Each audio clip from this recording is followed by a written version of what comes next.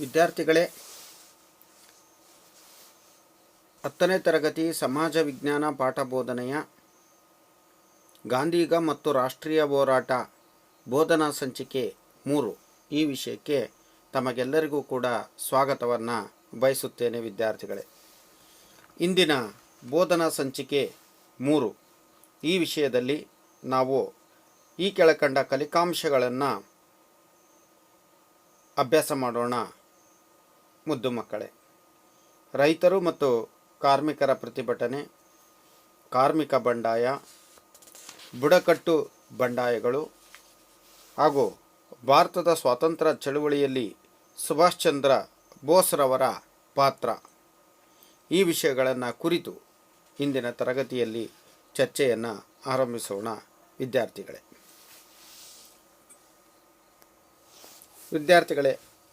ಇಂದಿನ ತರಗತಿಯಲ್ಲಿ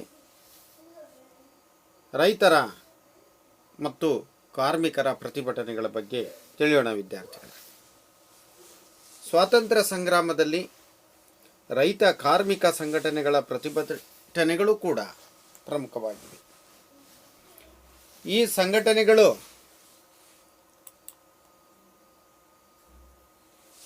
ಕೂಡ ಬ್ರಿಟಿಷ್ ಆಡಳಿತಾವಧಿಯಲ್ಲಿ ಏನು ನೋವನ್ನು ಅನುಭವಿಸಿದ್ರೋ, ಬ್ರಿಟಿಷ್ ಆಡಳಿತದ ಅವಧಿಯಲ್ಲಿ ಜಮೀನ್ದಾರರು ಮತ್ತು ಯುರೋಪಿಯನ್ ಪ್ಲಾಂಟರ್ಗಳ ವಿರುದ್ಧ ಹಲವಾರು ಕಡೆ ರೈತರು ದಂಗೆಯನ್ನು ನಡೆಸಿದರು.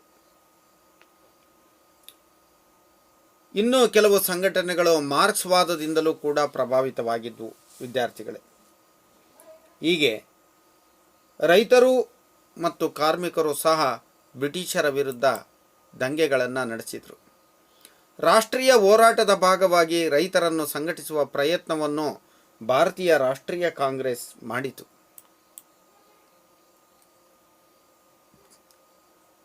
ಚಂಪಾರಣ್ಯ, ಖೇಡ ಮೊದಲಾದ ಕಡೆಗಳಲ್ಲಿ ರೈತರ ಕಾರ್ಯಚಟುವಟಿಕೆಗಳಲ್ಲಿ ಗಾಂಧೀಜಿಯವರ ತೇಬಾಗ, ಮಲಬಾರ್ ಮೊದಲಾದೆಡೆ ಶೋಷಣೆಗೆ ಒಳಗಾಗಿದ್ದಂಥ ರೈತರು ತೀವ್ರವಾಗಿ ಜಮೀನ್ದಾರರು ಹಾಗೂ ಬ್ರಿಟಿಷರ ವಿರುದ್ಧ ಬಂಡೆದ್ದರು.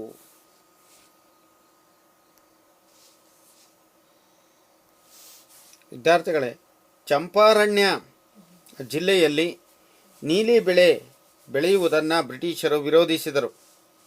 ಭೂಕಂದಾಯದ ವಿರುದ್ಧ ಹರತಾಳ ನಡೆಸಿದರು. ಗಾಂಧೀಜಿಯವರು ಸತ್ಯಾಗ್ರಹದ ಮೂಲಕ ಬ್ರಿಟಿಷ್ ಅಧಿಕಾರಿಗಳ ಮನವೊಲಿಸಿ ತೆರಿಗೆಗಳನ್ನು ರದ್ದುಗೊಳಿಸಿದರು. ವಿದ್ಯಾರ್ಥಿಗಳೇ, ರಾಷ್ಟ್ರೀಯ ಹೋರಾಟದ ಭಾಗವಾಗಿ ರೈತರನ್ನು ಸಂಘಟಿಸುವ ಪ್ರಯತ್ನವನ್ನು ಭಾರತ ರಾಷ್ಟ್ರೀಯ ಕಾಂಗ್ರೆಸ್ ಮಾಡಿತು. ಚಂಪಾರಣ್ಯ, ಖೇಡ ಮೊದಲಾದ ಪ್ರದೇಶಗಳ ರೈತರ ಕಾರ್ಯಚಟುವಟಿಕೆಗಳಲ್ಲಿ ಗಾಂಧೀಜಿಯವರ ಪ್ರಭಾವವಿತ್ತು. ಭಾರತ ರಾಷ್ಟ್ರೀಯ ಕಾಂಗ್ರೆಸ್ ಪ್ರಭಾವದಿಂದ ತೇಬಾಗ್, ಮಲಬಾರ್ ಮೊದಲಾದ ಕಡೆ ಶೋಷಣೆಗೊಳಗಾಗಿದ್ದ ರೈತರು ತೀವ್ರವಾಗಿ ಜಮೀನ್ದಾರರು ಹಾಗೂ ಬ್ರಿಟಿಷರ ವಿರುದ್ಧ ಬಂಡೆದ್ದರು. ಅಸಹಕಾರ ಆಂದೋಲನ, ಕರ ನಿರಾಕರಣೆ, ಕ್ವಿಟ್ ಇಂಡಿಯಾ ಚಳುವಳಿಗಳಲ್ಲಿ ರೈತರ ಸಮಸ್ಯೆಗಳು ಬೆರೆತವು.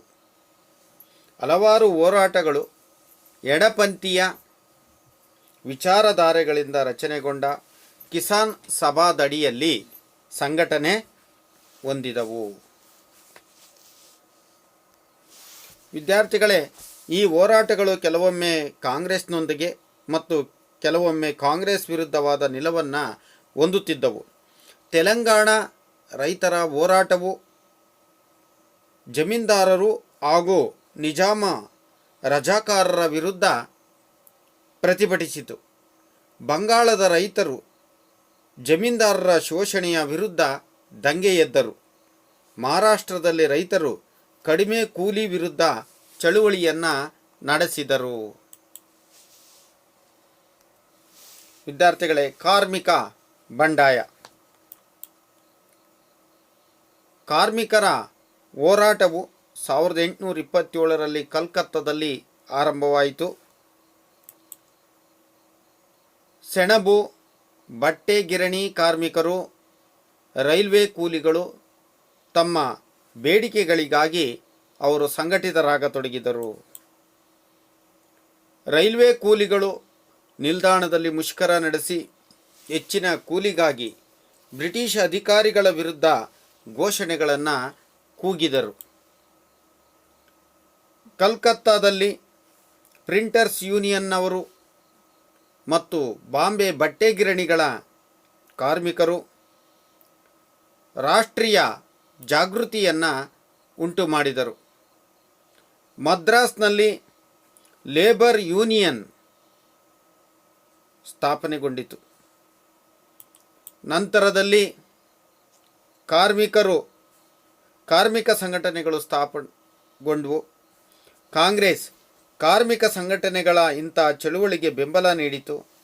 ಸ್ವಾತಂತ್ರ್ಯ ಚಳುವಳಿಯಲ್ಲಿ ಕಾರ್ಮಿಕರ ಪಾತ್ರವು ಅನನ್ಯವಾಯಿತು. ಈಗ ವಿದ್ಯಾರ್ಥಿಗಳೇ ಬುಡಕಟ್ಟು ಬಂಡಾಯಗಳ ಬಗ್ಗೆ ಈಗ ನಾವು ತಿಳಿಯೋಣ. ಬುಡಕಟ್ಟು ಬಂಡಾಯಗಳು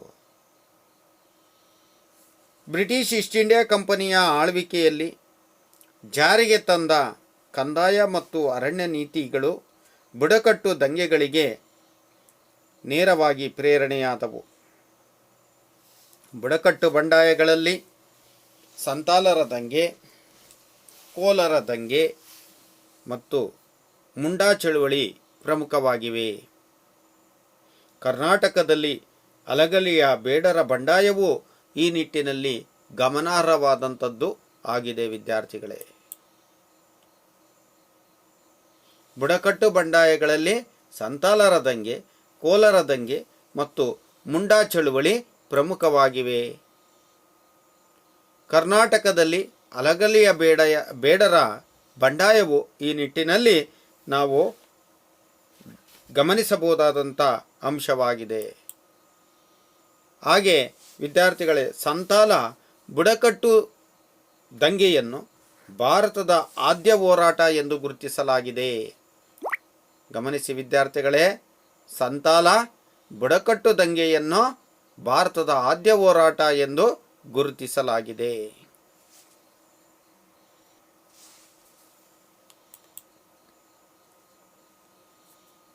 ಈ ಬುಡಕಟ್ಟು ಜನರನ್ನು ಬಂಗಾಳಿ ಮತ್ತು ಒರಿಸ್ಸಾದ ಗುಡ್ಡಗಾಡು ಪ್ರದೇಶಗಳಲ್ಲಿ ಗುರುತಿಸಬಹುದು. ಈ ಸಂತಾಲ ಬುಡಕಟ್ಟು ಜನರನ್ನು ನಾವು ಬಂಗಾಳ ಮತ್ತು ಒರಿಸ್ಸಾ ಗುಡ್ಡಗಾಡು ಪ್ರದೇಶಗಳಲ್ಲಿ ಗುರುತಿಸಬಹುದಾಗಿದೆ. ಬ್ರಿಟಿಷರು ಜಾರಿಗೆ ತಂದ ಕಾಯಂ ಜಮೀನ್ದಾರಿ ಪದ್ಧತಿಯಿಂದ ಈ ಬುಡಕಟ್ಟು ಜನರು ನಿರ್ಗತಿಕರಾದರು. ತಾವು ಶ್ರಮಪಟ್ಟು ಕೃಷಿ ಯೋಗ್ಯ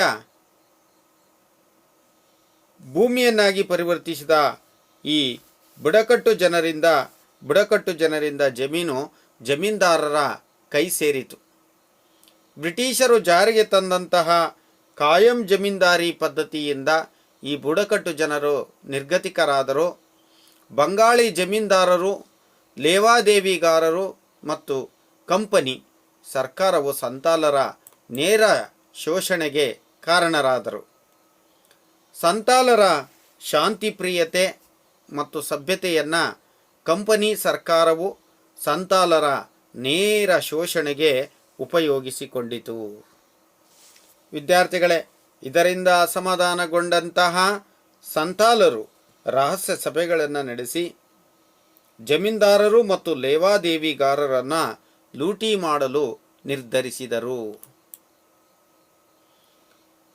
ಆಗ ದಂಗೆಯು ಬಾರಾಹತ್, ಭಾಗತ್ಪುರ ಮತ್ತು ರಾಜಮಹಲ್ಗಳಲ್ಲಿ ತೀವ್ರವಾಯಿತು. ಪರಿಣಾಮವಾಗಿ ಬುಡಕಟ್ಟು ಜನರು ಅವರ ಶತ್ರುಗಳನ್ನು ಹತ್ಯೆ ಮಾಡಿದರು. ಇದರಿಂದಾಗಿ ಅನೇಕ ಜಮೀನ್ದಾರರು ಮತ್ತು ಲೇವಾದೇವಿದಾರರು ಪಲಾಯನ ಮಾಡಿದರು. ಸಂತಾಲರ ದಂಗೆಯನ್ನು ಹತ್ತಿಕ್ಕಲು ಬ್ರಿಟಿಷರು ಸೈನ್ಯ ಬಳಸಿಕೊಂಡರು. ಬ್ರಿಟಿಷರು ಸೈನ್ಯವನ್ನು ಬಳಸಿಕೊಂಡರು. ಸಂತಾಲರ ದಂಗೆಯು ಕೊನೆಗೊಂಡರು. ಅದರ ಸ್ಫೂರ್ತಿಯು ಮುಂದಿನ ಅನೇಕ ಹೋರಾಟಗಳಿಗೆ ಪ್ರೇರಣೆಯನ್ನು ನೀಡಿತು. ಇದೇ ಬಗೆಯಲ್ಲಿ ಕೋಲರು ಮತ್ತು ಮುಂಡರು ಬ್ರಿಟಿಷರು ಮತ್ತು ಜಮೀನ್ದಾರರ ವಿರುದ್ಧ ಹೋರಾಟಗಳನ್ನು ಮಾಡಿದರು. ಇದೇ ರೀತಿಯಲ್ಲಿ ಕೋಲರು ಮತ್ತು ಮುಂಡರು ಬ್ರಿಟಿಷರ ವಿರುದ್ಧ ಮತ್ತು ಜಮೀನ್ದಾರರ ವಿರುದ್ಧ ಹೋರಾಟಗಳನ್ನು ಮಾಡಿದರು. ವಿದ್ಯಾರ್ಥಿಗಳೇ, ಅರ್ಥ ಆಯ್ತಲ್ವಾ ವಿದ್ಯಾರ್ಥಿಗಳೇ? ಬುಡಕಟ್ಟು ಬಂಡಾಯಗಳು ಬ್ರಿಟಿಷರ ವಿರುದ್ಧ ಏಕೆ ಬಂಡಾಯಗಳನ್ನು ನಡೆಸಿದವು?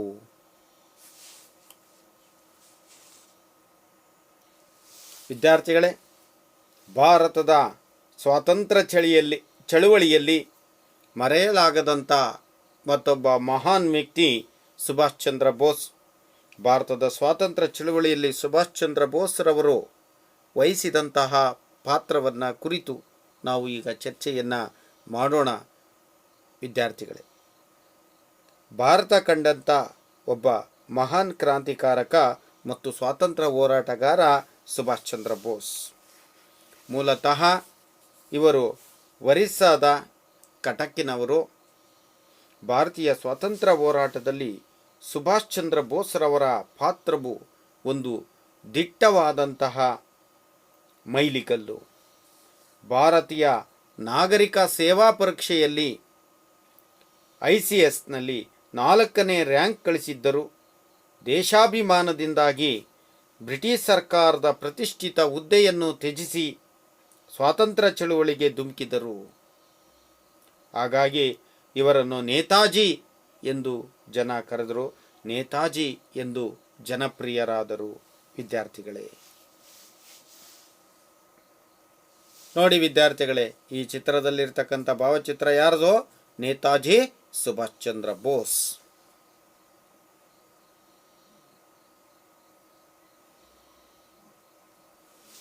ವಿದ್ಯಾರ್ಥಿಗಳೇ, ಭಾರತೀಯ ನಾಗರಿಕ ಸೇವಾ ಪರೀಕ್ಷೆಯಲ್ಲಿ ICSನಲ್ಲಿ 4ನೇ ರ್ಯಾಂಕ್ ಗಳಿಸಿದ್ದರು. ದೇಶಾಭಿಮಾನದಿಂದಾಗಿ ಬ್ರಿಟಿಷ್ ಸರ್ಕಾರದ ಪ್ರತಿಷ್ಠಿತ ಹುದ್ದೆಗಳನ್ನು ತ್ಯಜಿಸಿ ಸ್ವಾತಂತ್ರ್ಯ ಚಳುವಳಿಗೆ ಧುಮುಕಿದರು ಮತ್ತು ನೇತಾಜಿ ಎಂದೇ ಪ್ರಸಿದ್ಧಿಯನ್ನು ಇವರು ಪಡ್ಕೊಂಡ್ರು.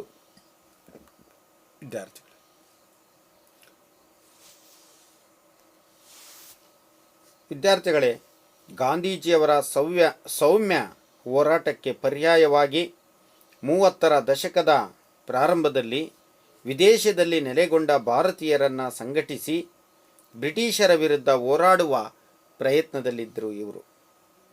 ಇವರು ವಿವಿಧ ದೇಶಗಳ ನಗರಗಳಾಗಿರ್ತಕ್ಕಂಥ ವಿಯೆನ್ನಾ, ಬರ್ಲಿನ್, ರೋಮ್, ಇಸ್ತಾಂಬುಲ್ ಮುಂತಾದ ಕಡೆಗಳಲ್ಲಿ ಪ್ರವಾಸ ಬೆಳೆಸಿ ತಾಯ್ನಾಡಿಗೆ ತಮ್ಮ ಬೆಂಬಲವನ್ನು ನೀಡಲು ಪ್ರೇರೇಪಿಸಿದರು.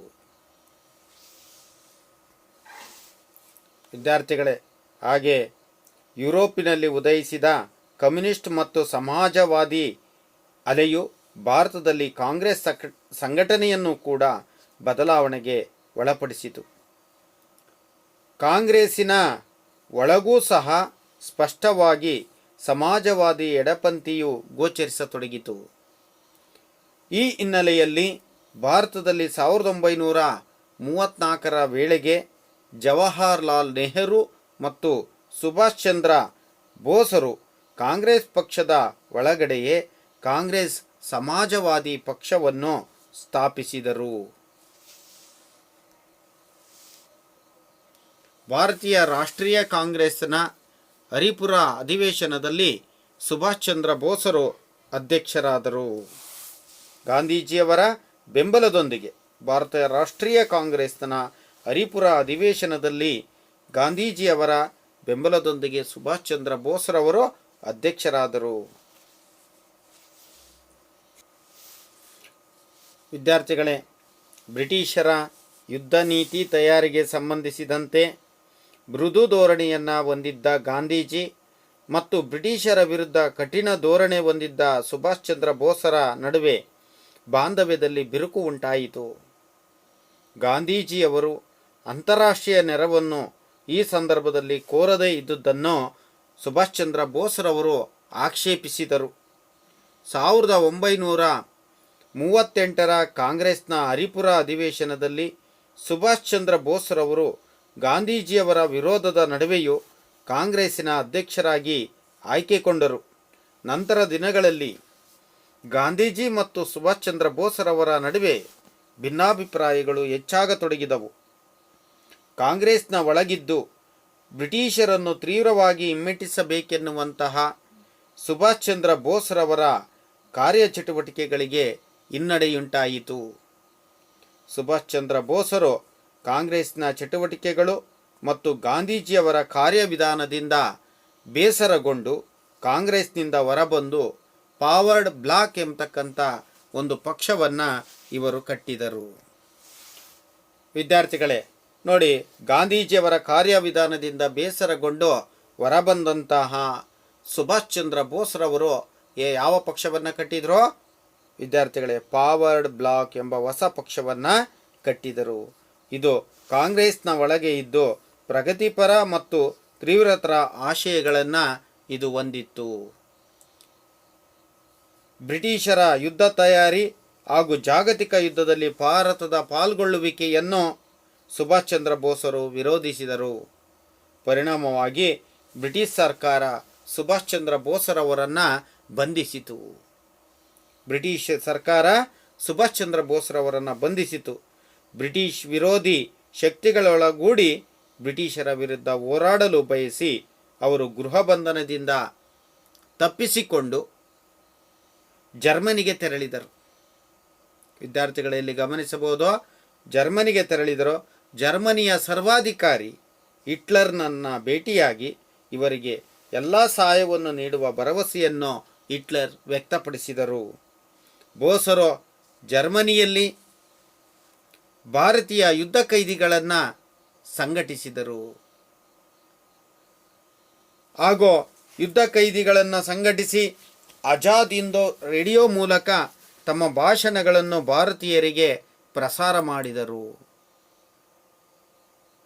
ಭಾರತೀಯ ರಾಷ್ಟ್ರೀಯ ಸೇನೆ INAಯ ಮುಖಂಡತ್ವವನ್ನು ಇವರು ವಹಿಸಿದರು. ಯುದ್ಧದಲ್ಲಿ ಜಪಾನಿನ ಯಶಸ್ಸನ್ನು ತಿಳಿದ ಅದರ ಸಹಾಯದಿಂದ ಭಾರತದ ಬಿಡುಗಡೆಗೆ ಸಾಧ್ಯತೆಗೆ ಸಂಬಂಧಿಸಿದಂತೆ ಭಾರತೀಯರನ್ನು ಸಂಘಟಿಸಿದ್ದ ರಾಸ್ಬಿಹಾರಿ ಬೋಸ್ರವರ ಜೊತೆಗೆ ಸುಭಾಷರು ಕೈ ಜೋಡಿಸಿದರು. ಇಲ್ಲಿ ರಾಸ್ಬಿಹಾರಿ ಬೋಸ್ರವರು ಟೋಕಿಯೋದಲ್ಲಿ ಸ್ಥಾಪಿಸಿದ್ದ ಇಂಡಿಯನ್ ಇಂಡಿಪೆಂಡೆನ್ಸ್ ಲೀಗ್ನ ಸೇನಾ ವಿಭಾಗವನ್ನು ಭಾರತೀಯ ರಾಷ್ಟ್ರೀಯ ಸೇನೆ ಎಂದು ಕರೆಯುತ್ತಿದ್ದರು. ನಂತರದ ದಿನಗಳಲ್ಲಿ INAಯ ಮುಖಂಡತ್ವವನ್ನು ಸುಭಾಷ್ ಚಂದ್ರ ಬೋಸ್ರವರು ವಹಿಸಿದರು. ವಿದ್ಯಾರ್ಥಿಗಳೇ, ಈ ಸಂದರ್ಭದಲ್ಲಿ ಸುಭಾಷ್ ಚಂದ್ರ ಬೋಸರು ದೆಹಲಿ ಚಲೋಗೆ ಕರೆಯನ್ನು ನೀಡಿದರು. ನನಗೆ ರಕ್ತ ಕೊಡಿ, ನಾನು ನಿಮಗೆ ಸ್ವಾತಂತ್ರ್ಯವನ್ನು ನೀಡಲು ಪ್ರಮಾಣಿಸುತ್ತೇನೆ ಎಂಬ ಕರೆಯನ್ನು ಭಾರತೀಯರಿಗೆ ನೀಡಿದರು. ಭಾರತೀಯ ರಾಷ್ಟ್ರೀಯ ಸೇನೆಯಲ್ಲಿ ಝಾನ್ಸಿ ರೆಜಿಮೆಂಟ್ ಎಂಬ ವಿಭಾಗವೂ ಸಹ ಇತ್ತು. ಕ್ಯಾಪ್ಟನ್ ಲಕ್ಷ್ಮೀ ಸೆಹಗಾಲ್ ಈ ರೆಜಿಮೆಂಟಿನ ನೇತೃತ್ವವನ್ನು ವಹಿಸಿದ್ದರು. ವಿದ್ಯಾರ್ಥಿಗಳೇ, ಸುಭಾಷ್ ಚಂದ್ರ ಬೋಸ್ರವರು ನನಗೆ ರಕ್ತ ಕೊಡಿ, ನಾನು ನಿಮಗೆ ಸ್ವಾತಂತ್ರ್ಯವನ್ನು ನೀಡಲು ಪ್ರಮಾಣಿಸುತ್ತೇನೆ ಎಂಬ ಕರೆಯನ್ನು ಭಾರತೀಯ ಜನರಿಗೆ ನೀಡಿದರು. ರಂಗೂನಿನ ಮೂಲಕ ಸುಭಾಷ್ ಚಂದ್ರ ಬೋಸರು ರಂಗೂನಿನ ಮೂಲಕ ಬ್ರಿಟಿಷರ ಕೈಯಲ್ಲಿದ್ದಂತಹ ದೆಹಲಿಯನ್ನು ವಶಪಡಿಸಿಕೊಳ್ಳಲು ಯುದ್ಧ ತಂತ್ರಗಳನ್ನು ರೂಪಿಸಿದರು. ಈ ಹೊತ್ತಿಗೆ ಭಾರತದಿಂದ INAಗೆ ಸೇರ್ಪಡೆಯಾದ ಸಾವಿರಾರು ಯೋಧರು ದೆಹಲಿಯನ್ನು ಆಕ್ರಮಿಸಲು ತಯಾರಿ ನಡೆಸಿದ್ದರು. ಈ ಹಿನ್ನೆಲೆಯಲ್ಲಿ ಸುಭಾಷರ ಆದೇಶದಂತೆ ಸಶಸ್ತ್ರ ಹೋರಾಟವನ್ನು ಅವರು ಬರ್ಮಾದ ಗಡಿಯಲ್ಲಿ ಆರಂಭಿಸಿದರು. ಬ್ರಿಟಿಷರು ಮತ್ತು INA ನಡುವೆ ತೀವ್ರತರವಾದಂತಹ ಯುದ್ಧ ನಡೆದಿದ್ದ ಸಂದರ್ಭದಲ್ಲಿ ಸುಭಾಷ್ ಚಂದ್ರ ಬೋಸರು ಆಕಸ್ಮಿಕವಾಗಿ ವಿಮಾನ ಅಪಘಾತದಲ್ಲಿ ಮಡಿದರು. ಬರ್ಮಾದ ರಾಜಧಾನಿ ರಂಗೂನ್ ಬ್ರಿಟಿಷರ ವಶವಾಗಿದ್ದರಿಂದ INA ಸೈನಿಕರು ಬ್ರಿಟಿಷರನ್ನು ಬಂಧಿಸಿದರು. ನಂತರದ ದಿನಗಳಲ್ಲಿ ಗಾಂಧೀಜಿಯವರು ಸೇರಿದಂತೆ ಕಾಂಗ್ರೆಸ್ನ ಬಹುತೇಕ ನಾಯಕರೆಲ್ಲರೂ INA ಸೈನಿಕರನ್ನು ಬಂಧನದಿಂದ ಮುಕ್ತ ಮಾಡುವಲ್ಲಿ ಶ್ರಮಿಸಿದರು. ವಿದ್ಯಾರ್ಥಿಗಳೇ, ನಾವು ಇಲ್ಲಿಯವರೆಗೂ ಭಾರತದ ರಾಷ್ಟ್ರೀಯ ಚಳುವಳಿಯಲ್ಲಿ ಸುಭಾಷ್ ಚಂದ್ರ ಬೋಸ್ರವರ ಪಾತ್ರ ಮತ್ತು ಭಾರತದ ರಾಷ್ಟ್ರೀಯ ಚಳವಳಿಯಲ್ಲಿ INA ಸೈನ್ಯದ ಪಾತ್ರವನ್ನು ನಾವು ಇಲ್ಲಿಯವರೆಗೂ ತಿಳ್ಕೊಂಡ್ವಿ ಅಲ್ವಾ ವಿದ್ಯಾರ್ಥಿಗಳೇ. ವಿದ್ಯಾರ್ಥಿಗಳೇ, ಇಲ್ಲಿ ಒಂದು ಮುಖ್ಯವಾದ ಪ್ರಶ್ನೆಯನ್ನು ಪರೀಕ್ಷೆಯಲ್ಲಿ ಕೇಳಲಾಗ್ತದೆ ವಿದ್ಯಾರ್ಥಿಗಳೇ. ಬಹಳ ಸರಿ ಕೇಳಿದ್ದಾರೆ. ಭಾರತದ ರಾಷ್ಟ್ರೀಯ ಚಳುವಳಿಯಲ್ಲಿ ಸುಭಾಷ್ ಚಂದ್ರ ಬೋಸರ ಪಾತ್ರವೇನು ಅಂತೇಳಿ. ಹಾಗಾಗಿ ಇದನ್ನು ಚೆನ್ನಾಗಿ ನೀವು ಅಭ್ಯಾಸವನ್ನು ಮಾಡಬೇಕು ವಿದ್ಯಾರ್ಥಿಗಳೇ. ವಿದ್ಯಾರ್ಥಿಗಳೇ, ಈ ಚಿತ್ರದಲ್ಲಿರುವಂಥ ವ್ಯಕ್ತಿ ಯಾರು ವಿದ್ಯಾರ್ಥಿಗಳೇ? ಹೌದು, ಡಾಕ್ಟರ್ BR ಅಂಬೇಡ್ಕರ್. ವಿದ್ಯಾರ್ಥಿಗಳೇ,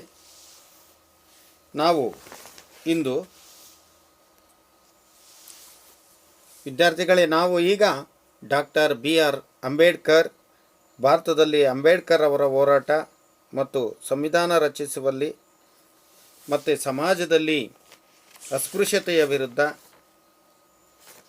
ಸಾಮಾಜಿಕ ಸುಧಾರಣೆಗಾಗಿ ಹೇಗೆ ಭಾರತದಲ್ಲಿ ಹೋರಾಟವನ್ನು ಮಾಡಿದರು ಅನ್ನೋದನ್ನು ನಾವೀಗ ತಿಳ್ಕೊಳ್ಳೋಣ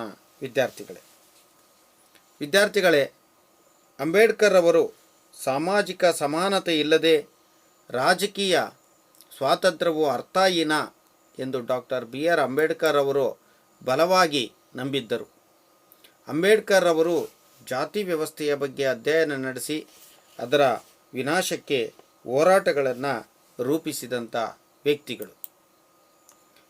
ಅಸ್ಪೃಶ್ಯರು ಕನಿಷ್ಠ ಮಟ್ಟದ ಅವಕಾಶಗಳಿಂದಲೂ ವಂಚಿತರಾಗುವುದನ್ನು ನಿರೂಪಿಸಲು ಮಹಮ್ಮದ್ ಕೆರೆ ಮತ್ತು ಕಲಾರಾಮ್ ದೇವಾಲಯ ಚಳುವಳಿಗಳನ್ನು ಇವರು ರೂಪಿಸಿದರು.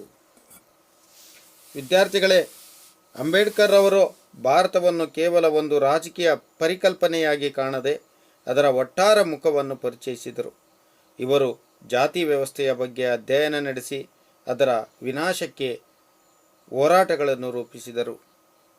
ಅಸ್ಪೃಶ್ಯರು ಕನಿಷ್ಠ ಮಟ್ಟದ ಅವಕಾಶಗಳಿಂದಲೂ ವಂಚಿತರಾಗಿರುವುದನ್ನು ನಿರೂಪಿಸಲು ಮಹಮ್ಮದ್ ಕೆರೆ ಮತ್ತು ಕಲಾರಾಮ್ ದೇವಾಲಯಗಳ ಚಳುವಳಿಗಳನ್ನು ಇವರು ರೂಪಿಸಿದರು.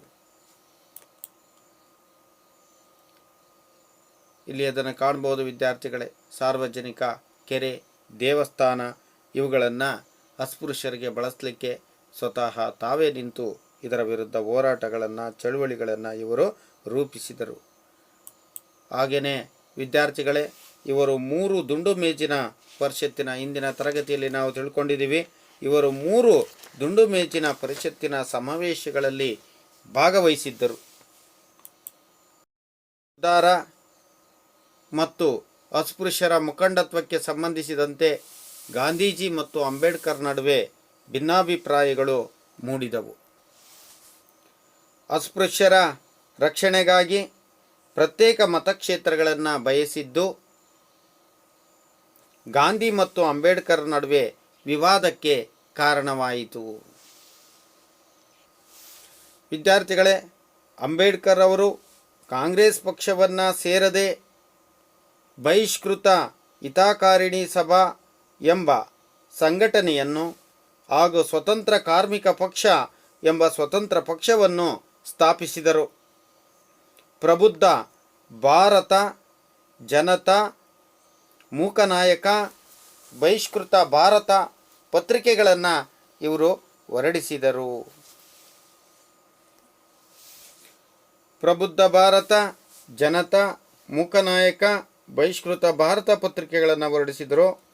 ಕಮ್ಯುನಿಸ್ಟ್ ಮತ್ತು ಸಮಾಜವಾದಿ ಧೋರಣೆಗಳಿಂದ ದೂರವೇ ಉಳಿದು ಕೃಷಿ ಕಾರ್ಮಿಕರ ಏಳಿಗೆಗಾಗಿಯೂ ಸಹ ಅಂಬೇಡ್ಕರ್ ಅವರು ದುಡಿದರು. ಹಾಗೆ ವಿದ್ಯಾರ್ಥಿಗಳೇ, ಸ್ವತಂತ್ರ ಭಾರತದ ಮುನ್ನೋಟವಾಗಿ ದಿಕ್ಸೂಚಿಯಾಗಿರ್ತಕ್ಕಂಥ ಭಾರತದ ಸಂವಿಧಾನವನ್ನು ರಚಿಸಬೇಕಾಯಿತು. ಸಂವಿಧಾನ ಸಭೆಯ ಅಧ್ಯಕ್ಷರಾಗಿ ಡಾಕ್ಟರ್ ಬಾಬು ರಾಜೇಂದ್ರ ಪ್ರಸಾದ್ ರವರನ್ನು ಆಯ್ಕೆ ಮಾಡಲಾಯಿತು.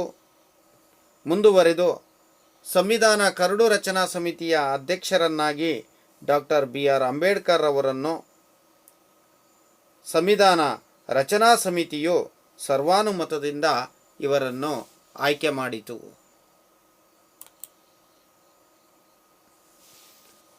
ಸಂವಿಧಾನದಲ್ಲಿ ಸಮಾನತೆಯನ್ನು ಪ್ರತಿಪಾದಿಸಿ ಅಸ್ಪೃಶ್ಯತಾ ಆಚರಣೆಯ ವಿರುದ್ಧ ಕಾನೂನಿನ ರಕ್ಷಣೆಯನ್ನು ಡಾಕ್ಟರ್ BR ಅಂಬೇಡ್ಕರ್ ಅವರು ಒದಗಿಸಿದರು.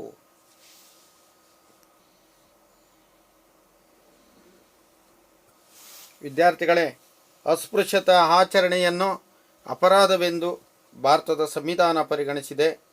ಸ್ವತಂತ್ರ ಭಾರತದಲ್ಲಿ ಡಾಕ್ಟರ್ BR ಅಂಬೇಡ್ಕರ್ ಅವರು ಕಾನೂನಿನ ಮಂತ್ರಿಯಾದರು. ಆಧುನಿಕತೆ, ವೈಚಾರಿಕತೆ ಮತ್ತು ಪಾಶ್ಚಾತ್ಯ ವಿದ್ವಾಂಸರಿಂದ ಪ್ರೇರಣೆ ಪಡೆದರು. ದೇಶೀಯ ಬೇರುಗಳ ಕಡೆ ಒಲವನ್ನು ತೋರಿದರು. ಜಾತಿ ವ್ಯವಸ್ಥೆಯಿಂದ ಬೇಸತ್ತಂತಹ ಇವರು ಹಿಂದೂ ಧರ್ಮವನ್ನು ತೊಡೆದು ಭಾರತೀಯ ಸಂಸ್ಕೃತಿಯ ಭಾಗವಾಗಿದ್ದ ಜಾತಿ ಮತ್ತು ಸಾಮಾಜಿಕ ಶ್ರೇಣೀಕರಣವನ್ನು ಇವರು ವಿರೋಧಿಸಿ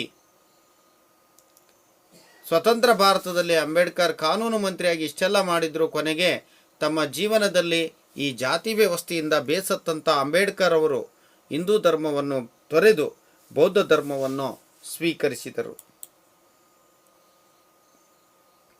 ಅಂಬೇಡ್ಕರ್ ಮಾರ್ಕ್ಸ್ವಾದವು ಯಾವ ಬದಲಾವಣೆಯನ್ನು ರಕ್ತ ಮತ್ತು ಹಿಂಸೆಯಿಂದ ತರಬಹುದೋ ಅದನ್ನು ಬೌದ್ಧ ಧರ್ಮವು ಶಾಂತಿ ಮತ್ತು ಅಹಿಂಸಾತ್ಮಕವಾಗಿ ತರಬಲ್ಲದು ಎಂದು ಅವರು ನಂಬಿದ್ದರು.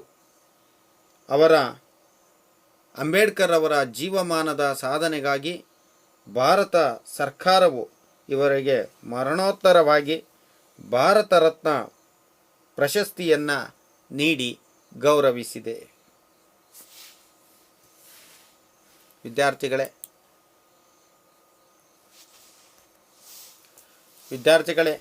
ಭಾರತ ರಾಷ್ಟ್ರೀಯ ಕಾಂಗ್ರೆಸ್ನ ಸದಸ್ಯರಾಗದೇ ಇದ್ದರೂ ಕೂಡ ಸ್ವತಂತ್ರ ಭಾರತದಲ್ಲಿ ಕಾನೂನು ಮಂತ್ರಿಗಳಾಗಿ ಇವರು ಸಲ್ಲಿಸಿದ ಸೇವೆ ಅಪಾರ. ಡಾಕ್ಟರ್ BR ಅಂಬೇಡ್ಕರ್ ಅವರ ಇದನ್ನು ಕೂಡ ಪರೀಕ್ಷೆಯಲ್ಲಿ ಮುಖ್ಯ ಪ್ರಶ್ನೆಯಾಗಿ ಕೇಳಲಾಗ್ತದೆ. ವಿದ್ಯಾರ್ಥಿಗಳೇ, ಭಾರತಕ್ಕೆ ಅಂಬೇಡ್ಕರ್ ಅವರು ನೀಡಿದ ಕೊಡುಗೆಗಳೇನು ಅಥವಾ ಅಂಬೇಡ್ಕರ್ ಅವರ ವಿಚಾರಧಾರೆಗಳನ್ನು ಕುರಿತು ವಿವರಿಸಿ ಅಂತ ಹೇಳಿ ಕೇಳ್ತಾರೆ ವಿದ್ಯಾರ್ಥಿಗಳೇ. ಈಗ ಮುಂದೆ ವಿದ್ಯಾರ್ಥಿಗಳೇ, ಸ್ವತಂತ್ರ ಭಾರತದ ಮೊದಲ ಪ್ರಧಾನಮಂತ್ರಿ ಜವಾಹರ್ಲಾಲ್ ನೆಹರೂರವರು ಭಾರತದ ರಾಷ್ಟ್ರೀಯ ಚಳುವಳಿಯಲ್ಲಿ ವಹಿಸಿದ ಪಾತ್ರವನ್ನು ಈಗ ತಿಳಿಯೋಣ ವಿದ್ಯಾರ್ಥಿಗಳೇ. ಜವಾಹರ್ಲಾಲ್ ನೆಹರು. ಪಂಡಿತ್ ಜವಾಹರ್ಲಾಲ್ ನೆಹರೂರವರು ಹೋಮ್ ರೂಲ್ ಚಳುವಳಿಯೊಂದಿಗೆ ಭಾರತದಲ್ಲಿ ಸ್ವಾತಂತ್ರ್ಯ ಚಳುವಳಿಯನ್ನು ಇವರು ಪ್ರವೇಶಿಸಿದರು. ಇಲ್ಲಿ ಗಮನಿಸಬಹುದು ವಿದ್ಯಾರ್ಥಿಗಳೇ, ಇದು ಯಾರ ಭಾವಚಿತ್ರ? ನೆಹರೂರವರದು.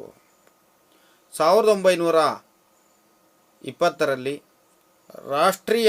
1920ರಲ್ಲಿ ನಡೆದ ಅಸಹಕಾರ ಚಳುವಳಿಯಲ್ಲಿ ಪ್ರಮುಖ ಪಾತ್ರವನ್ನು ನಿರ್ವಹಿಸಿದ್ದಂತಹ ನೆಹರೂರವರು 1929ರಲ್ಲಿ ಭಾರತೀಯ ರಾಷ್ಟ್ರೀಯ ಕಾಂಗ್ರೆಸ್ನ ಲಾಹೋರ್ ಅಧಿವೇಶನದ ಅಧ್ಯಕ್ಷರಾದರು. ಈ ಅವಧಿಯಲ್ಲಿ ಸಂಪೂರ್ಣ ಸ್ವರಾಜ್ಯದ ಗುರಿಯನ್ನು ಘೋಷಿಸಲಾಯಿತು. ಗಾಂಧೀಜಿಯವರು ಅಸಹಕಾರ ಚಳುವಳಿಯನ್ನು ಹಿಂದೆ ಪಡೆದಿದ್ದರಿಂದ ನೆಹರೂರವರು ನಿರಾಸೆಯನ್ನು ವ್ಯಕ್ತಪಡಿಸಿದರು. ವಿದ್ಯಾರ್ಥಿಗಳೇ, ನೆಹರೂರವರ ಚಿಂತನೆಗಳು ರಾಜಕೀಯ ಚಟುವಟಿಕೆಗಳಿಗೆ ಹೊಸ ತಿರುವನ್ನು ನೀಡಿದವು. ಇವರು ಕಮ್ಯುನಿಸ್ಟರ ಸಿದ್ಧಾಂತಗಳಿಂದ ಪ್ರಭಾವಿತರಾಗಿದ್ದರು. ಪರಿಣಾಮವಾಗಿ ಭಾರತೀಯ ರಾಷ್ಟ್ರೀಯ ಕಾಂಗ್ರೆಸ್ನಲ್ಲಿ ಎಡಪಂಥೀಯ ಆಶಯಗಳು ಪ್ರಬಲವಾಗಿದ್ದವು. ಫಲವಾಗಿ 1934ರಲ್ಲಿ ಕಾಂಗ್ರೆಸ್ನ ಸಮಾಜವಾದಿ ಪಕ್ಷವನ್ನು ಇವರು ಸ್ಥಾಪಿಸಿದರು. ಭಾರತೀಯ ರಾಷ್ಟ್ರೀಯ ಕಾಂಗ್ರೆಸ್ನ 49ನೆಯ ಅಧಿವೇಶನದ ಅಧ್ಯಕ್ಷರಾದರು. ಕೈಗಾರಿಕೀಕರಣ ಮತ್ತು ನವಭಾರತದ ಶಿಲ್ಪಿಯಾಗಿ ಭಾರತದ ಮೊದಲ ಪ್ರಧಾನಮಂತ್ರಿಯಾಗಿ ನೆಹರೂರವರು ಆಯ್ಕೆಯಾದರು.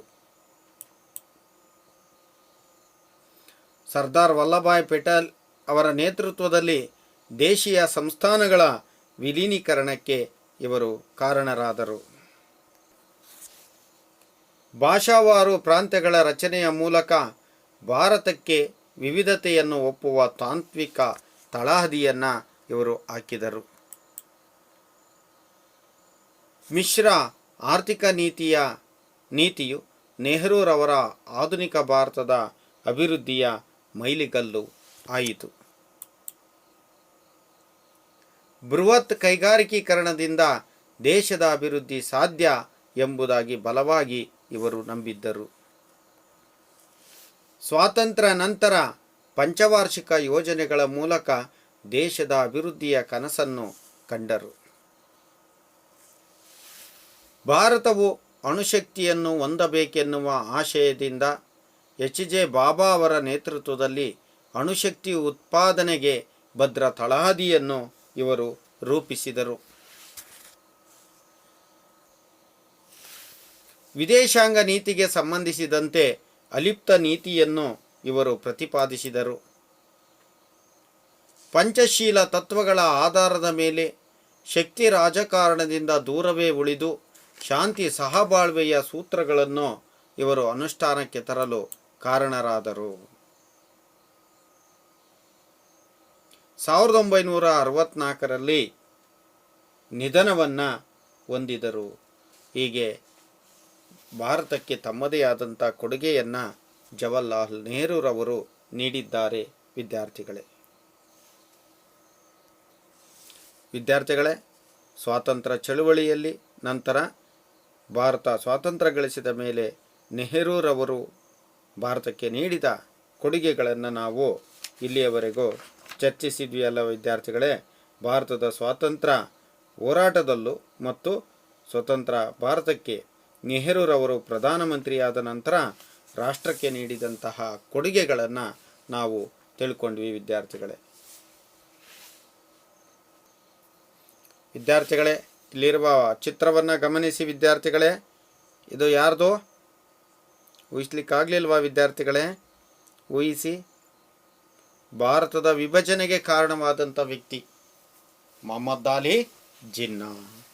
ವಿದ್ಯಾರ್ಥಿಗಳೇ, ಈಗ ನಾವು ಮೊಹಮ್ಮದ್ ಅಲಿ ಜಿನ್ನಾ ಅವರ ಬಗ್ಗೆ ತಿಳಿಯೋಣ.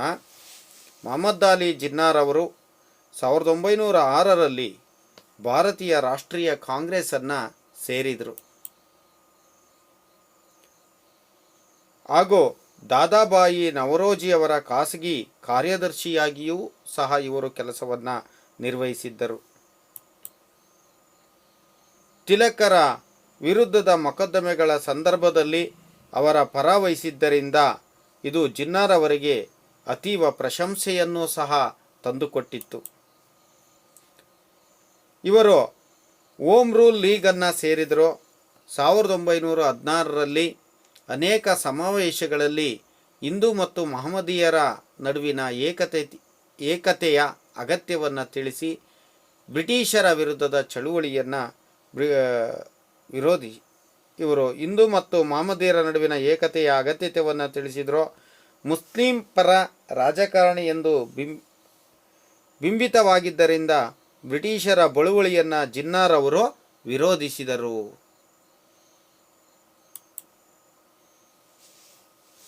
ರೌಲತ್ ಕಾಯ್ದೆಯನ್ನು ವಿರೋಧಿಸಿ ತಮ್ಮ ಕೇಂದ್ರೀಯ ಶಾಸನ ಸಲಹಾ ಸಮಿತಿಗೆ ಇವರು ರಾಜೀನಾಮೆಯನ್ನು ನೀಡಿದರು. ವಿದ್ಯಾರ್ಥಿಗಳೇ, ದುಂಡು ಮೇಜಿನ ಸಮಿತಿಗಳಲ್ಲಿ ಜಿನ್ನಾ ತಾನೊಬ್ಬ ರಾಷ್ಟ್ರೀಯವಾದಿ ಮುಸಲ್ಮಾನನೆಂದು ಘೋಷಿಸಿಕೊಂಡರು. 1937ರ ಚುನಾವಣೆಯ ನಂತರ ಕಾಂಗ್ರೆಸ್ ಮತ್ತು ಮುಸ್ಲಿಂ ಲೀಗ್ ಸಮ್ಮಿಶ್ರ ಸರ್ಕಾರವನ್ನು ರೂಪಿಸಲು ವಿಫಲವಾದಾಗ ಜಿನ್ನಾ ತನ್ನ ಕಾರ್ಯತಂತ್ರವನ್ನು ಬದಲಾಯಿಸಿಕೊಂಡರು. ಬ್ರಿಟಿಷರು ಸ್ವಾತಂತ್ರ್ಯ ನೀಡುವ ಸಂದರ್ಭ ಹತ್ತಿರವಾದಂತೆ ದೇಶವನ್ನು ವಿಭಜಿಸಿ ಪಾಕಿಸ್ತಾನದ ಬೇಡಿಕೆಯನ್ನು ತೀವ್ರಗೊಳಿಸಿ ಭಾರತದ ಸ್ವಾತಂತ್ರ್ಯ ಸಂದರ್ಭದಲ್ಲಿ ದೇಶವನ್ನು ವಿಭಜಿಸಿ ಪಾಕಿಸ್ತಾನವನ್ನು ಇವರು ಪಡೆದರು. ಹೀಗೆ ಭಾರತದ ಮೊಟ್ಟಮೊದಲಿಗೆ ರಾಷ್ಟ್ರೀಯ ಹೋರಾಟದಲ್ಲಿ ಜೊತೆಯಾಗಿದ್ದರೂ ನಂತರ ಕಾಲಗತಿ ಬದಲಾದಂತೆ ಮೊಹಮ್ಮದ್ ಅಲಿ ಜಿನ್ನಾರವರು ದೇಶವನ್ನು ವಿಭಜಿಸಿ ಪಾಕಿಸ್ತಾನದ ಬೇಡಿಕೆಯನ್ನು ತೀವ್ರಗೊಳಿಸಿ ಭಾರತದ ಸ್ವಾತಂತ್ರ್ಯ ಸಂದರ್ಭದಲ್ಲಿ ಆ ದೇಶವನ್ನು ವಿಭಜಿಸಿ ಪಾಕಿಸ್ತಾನವನ್ನು ಪಡೆಯುವಲ್ಲಿ ಅವರು ಯಶಸ್ವಿಯಾದರು.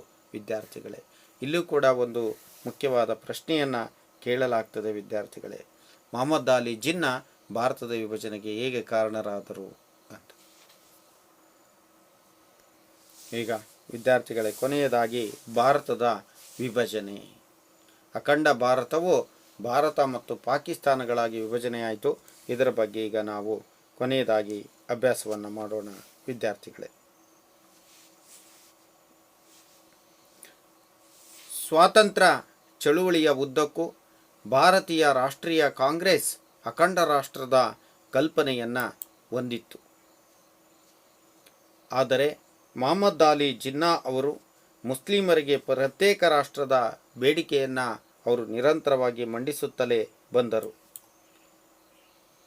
1940ರಲ್ಲಿ ನಡೆದಂತಹ ಮುಸ್ಲಿಂ ಲೀಗ್ನ ಲಾಹೋರ್ ಅಧಿವೇಶನದಲ್ಲಿ ಜಿನ್ನಾ ಹಿಂದೂ ಮತ್ತು ಮುಸ್ಲಿಮರು ಒಂದು ದೇಶವಾಗಲು ಸಾಧ್ಯವೇ ಇಲ್ಲ ಎಂದು ಘೋಷಿಸಿದರು. ಎರಡನೇ ಮಹಾಯುದ್ಧ ಮುಗಿದು ಬ್ರಿಟನ್ನಲ್ಲಿ ಲೇಬರ್ ಪಕ್ಷ ಅಧಿಕಾರಕ್ಕೆ ಬಂದಿತು.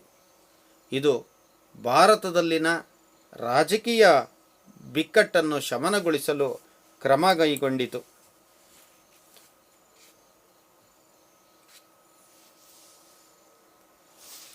ವಿದ್ಯಾರ್ಥಿಗಳೇ, ಇದು ಕ್ಯಾಬಿನೆಟ್ ನಿಯೋಗವನ್ನು ಭಾರತಕ್ಕೆ ಸ್ವಯಂ ಅಧಿಕಾರವನ್ನು ನೀಡಲು ಕುರಿತು ಚರ್ಚಿಸಲು ಕಳುಹಿಸಿತು. ಈ ನಿಯೋಗವು ಕಾಂಗ್ರೆಸ್ ಮತ್ತು ಮುಸ್ಲಿಂ ಲೀಗ್ನೊಂದಿಗೆ ಚರ್ಚಿಸಿತು.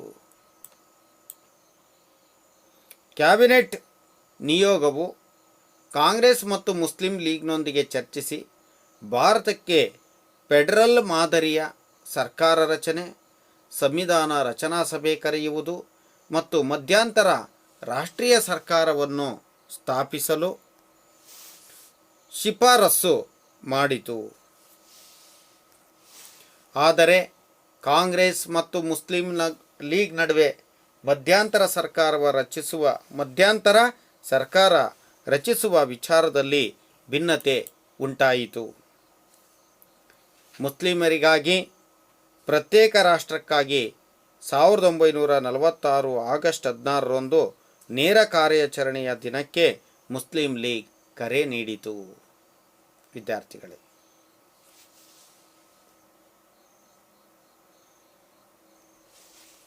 ಇದರಿಂದ ದೇಶಾದ್ಯಂತ ಕೋಮುಗಲಭೆಗಳು ನಡೆದವು. ಮುಸ್ಲಿಂ ಲೀಗ್ ಸಂವಿಧಾನದ ಸಭೆಯಲ್ಲಿ ಭಾಗವಹಿಸಲಿಲ್ಲ. ಬ್ರಿಟಿಷರು ಹಾಕಿದ ವಿಭಜನೆಯ ಬೇರುಗಳು ದೇಶದ ವಿಭಜನೆಯಲ್ಲಿ ಪರ್ಯಾವಸನಗೊಂಡವು.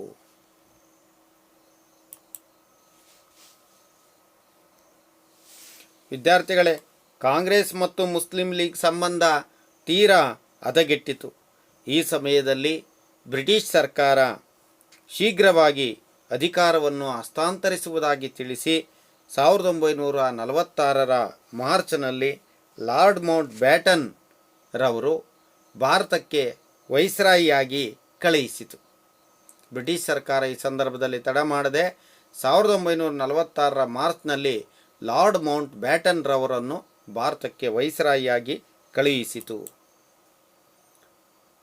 ಬ್ಯಾಟನ್ ರವರು ಗಾಂಧೀಜಿ, ಜಿನ್ನಾ ಮತ್ತಿತರ ನಾಯಕರೊಂದಿಗೆ ಮಾತುಕತೆಯನ್ನು ನಡೆಸಿ ಭಾರತವನ್ನು ವಿಭಜಿಸುವ ಯೋಜನೆಯನ್ನು ರೂಪಿಸಿದರು.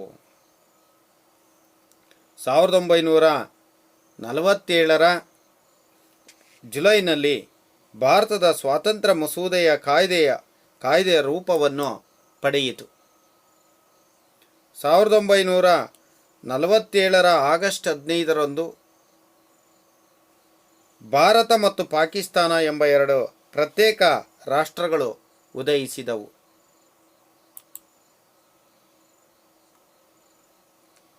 ರ್ಯಾಡ್ ಕ್ಲಿಫ್ ಆಯೋಗವು ಈ ದೇಶಗಳ ಗಡಿಗಳನ್ನು ಗುರುತಿಸಿತು. ಪಂಡಿತ್ ಜವಾಹರ್ಲಾಲ್ ನೆಹರೂರವರು ಭಾರತದ ಪ್ರಪ್ರಥಮ ಪ್ರಧಾನಮಂತ್ರಿಯಾಗಿ ಪ್ರಮಾಣ ವಚನವನ್ನು ಸ್ವೀಕರಿಸಿದರು. ವಿದ್ಯಾರ್ಥಿಗಳೇ, 1948ರ ಜನವರಿ 30ರಂದು ಮಹಾತ್ಮ ಗಾಂಧೀಜಿಯವರು ಪ್ರಾರ್ಥನಾ ಸಭೆಗೆ ನಡೆದು ಹೋಗುತ್ತಿದ್ದಂಥ ಸಂದರ್ಭದಲ್ಲಿ ಹಿಂದೂ ಮುಸ್ಲಿಂ ಭಾವೈಕ್ಯತೆಯ ಹರಿಕಾರ ಗಾಂಧೀಜಿಯವರನ್ನು ನಾಥೋರಾಮ್ ಗೂಡ್ಸೆ ಎಂಬುವವನು ಹತ್ಯೆ ಮಾಡಿದನು. ಭೌತಿಕವಾಗಿ ನಾವು ಗಾಂಧೀಜಿಯವರನ್ನು ಕೊನೆಗಾಣಿಸಿದರೂ ಅವರ ಸಮಾನತೆಯ ಆಶಯಗಳು, ಮಾನವೀಯ ಸಂವೇದನೆಗಳು, ಭಾವೈಕ್ಯತೆಯ ಕುರುಹುಗಳನ್ನು ಅವು ಮನುಕುಲದ ಆದರ್ಶಗಳಾಗಿ ಇಂದಿಗೂ ನಮ್ಮೊಂದಿಗೆ ಉಳಿದುಕೊಂಡಿವೆ. ವಿದ್ಯಾರ್ಥಿಗಳೇ, ಇಲ್ಲಿಯವರೆಗೂ ನಾವು ಸಂಚಿಕೆ 3ರಲ್ಲಿ ರೈತರ ಬಂಡಾಯಗಳು, ಕಾರ್ಮಿಕರ ಬಂಡಾಯ, ಬುಡಕಟ್ಟು ಬಂಡಾಯಗಳು ಹಾಗೂ ಭಾರತದ ರಾಷ್ಟ್ರೀಯ ಚಳುವಳಿಯಲ್ಲಿ ಸುಭಾಷ್ ಚಂದ್ರ ಬೋಸ್ ರವರ ಪಾತ್ರ, ಭಾರತದ ಅಲ್ಲಿ ಸಂವಿಧಾನದ ರಚನೆಯಲ್ಲಿ ಮತ್ತು ಈ ದೇಶಕ್ಕೆ ಡಾಕ್ಟರ್ BR ಅಂಬೇಡ್ಕರ್ ನೀಡಿದಂಥ ಕೊಡುಗೆಗಳು, ಭಾರತದ ರಾಷ್ಟ್ರೀಯ ಚಳುವಳಿ ಮತ್ತು ಸ್ವಾತಂತ್ರ್ಯೋತ್ತರ ಭಾರತದಲ್ಲಿ ನೆಹರೂರವರ ಕೊಡುಗೆಗಳು ಹಾಗೂ ಮಹಮ್ಮದ್ ಅಲಿ ಜಿನ್ನಾ ಮತ್ತು ಭಾರತದ ವಿಭಜನೆ, ಇಷ್ಟು ವಿಷಯಗಳ ಬಗ್ಗೆ ಇಲ್ಲಿಯವರೆಗೂ ಕೂಲಂಕುಷವಾಗಿ ಚರ್ಚೆಯನ್ನು ನಡೆಸಿದ್ದೀವಿ. ವಿದ್ಯಾರ್ಥಿಗಳೇ, ಈ ಚರ್ಚೆಯಲ್ಲಿ ಭಾಗವಹಿಸಿದ್ದಕ್ಕಾಗಿ ತಮಗೆ ಧನ್ಯವಾದಗಳು. ವಿದ್ಯಾರ್ಥಿಗಳೇ, ಈಗ ಕೆಲವೊಂದು ಮೌಲ್ಯಮಾಪನದ ಪ್ರಶ್ನೆಗಳನ್ನು ಪರೀಕ್ಷೆಯ ದೃಷ್ಟಿಯಿಂದಲೂ ಕೂಡ ನಿಮಗೆ ನೀಡ್ತಾನೆ, ಬರ್ಕೊಳ್ಳಿ ವಿದ್ಯಾರ್ಥಿಗಳೇ. ಭಾರತದ ಸ್ವಾತಂತ್ರ್ಯ ಹೋರಾಟದಲ್ಲಿ ಬುಡಕಟ್ಟು ವರ್ಗಗಳ ಬಂಡಾಯಗಳನ್ನು ವಿವರಿಸಿ. ಮುಂದಿನ ಪ್ರಶ್ನೆ ವಿದ್ಯಾರ್ಥಿಗಳೇ, ಸ್ವಾತಂತ್ರ್ಯ ಹೋರಾಟದಲ್ಲಿ ಸುಭಾಷ್ ಚಂದ್ರ ಬೋಸ್ ರವರ ಸಾಧನೆಗಳನ್ನು ವಿವರಿಸಿ. ಹಾಗೆ ಮುಂದಿನ ಪ್ರಶ್ನೆ ವಿದ್ಯಾರ್ಥಿಗಳೇ, ಭಾರತಕ್ಕೆ ಡಾಕ್ಟರ್ BR ಅಂಬೇಡ್ಕರ್ ಅವರ ಸಮಾನತೆಯ ಹರಿಕಾರರಾಗಿ ಡಾಕ್ಟರ್ BR ಅಂಬೇಡ್ಕರ್ ಅವರ ಕೊಡುಗೆಗಳೇನು? ಮುಂದಿನ ಪ್ರಶ್ನೆ ವಿದ್ಯಾರ್ಥಿಗಳೇ, ಭಾರತದ ವಿಭಜನೆಗೆ ಮಹಮ್ಮದ್ ಅಲಿ ಜಿನ್ನಾ ಕಾರಣ, ಈ ಹೇಳಿಕೆಯನ್ನು ಸಮರ್ಥಿಸಿ. ಧನ್ಯವಾದಗಳು ವಿದ್ಯಾರ್ಥಿಗಳೇ.